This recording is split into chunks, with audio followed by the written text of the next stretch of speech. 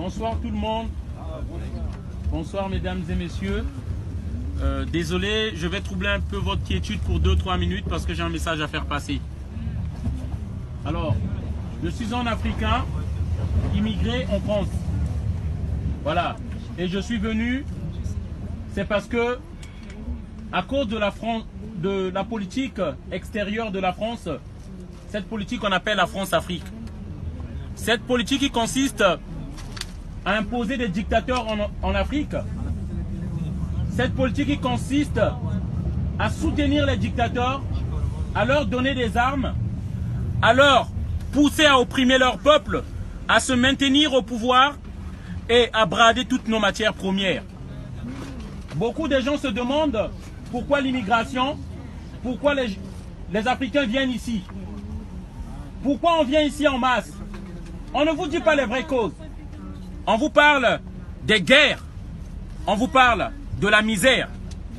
Mais lesquels qui provoquent ces guerres-là? En Afrique, il n'y a pas une usine qui fabrique les armes. La France est le 3e exportateur des armes dans le monde. Et il en vend beaucoup en Afrique. En Afrique, c'est d'abord la Chine, la Russie et la France qui offrent les armes. Pourquoi faire? Beaucoup de gens se sont demandé où sont passées les armes que la France avait données en Libye. Et ils s'étonnent des terroristes qui sont partis au Mali et on envoie l'armée française au Mali encore pour aller dire que c'est des terroristes. Mais qui avait donné ces armes? Voilà les questions que nous devons nous poser. Alors, je parlais de l'immigration. Nous venons ici à cause de cette politique française, de vos élus pourris, comme les Jean-Yves Le Drian. Ces élus-là sont des pourritures. Et je dis bien, surtout ceux-là qui sont haut placés. Les mêmes qui ne veulent pas diminuer leur salaire et qui sont déconnectés de la société, qui ne savent pas le litre d'essence coûte à combien. Et ils vous imposent des taxes parce que eux-mêmes, ça leur coûte rien. Alors je viens m'indigner parce que l'Afrique est en colère. Nous ne voulons pas venir ici. Nous ne venons pas ici parce que nous sommes derrière le camembert. Nous ne venons pas ici parce que nous venons voir la Tour Eiffel. Nous venons ici à cause de cette politique française, de vos élus, qui nous criblent de balles, des bombes. Et aujourd'hui, allez-y faire des recherches et chercher. La France veut faire tuer le président de la Centrafrique, Touadéra, et que le monde l'écoute et le sache. Parce que simplement, la France n'accepte pas que la Centrafrique se range vers la Russie.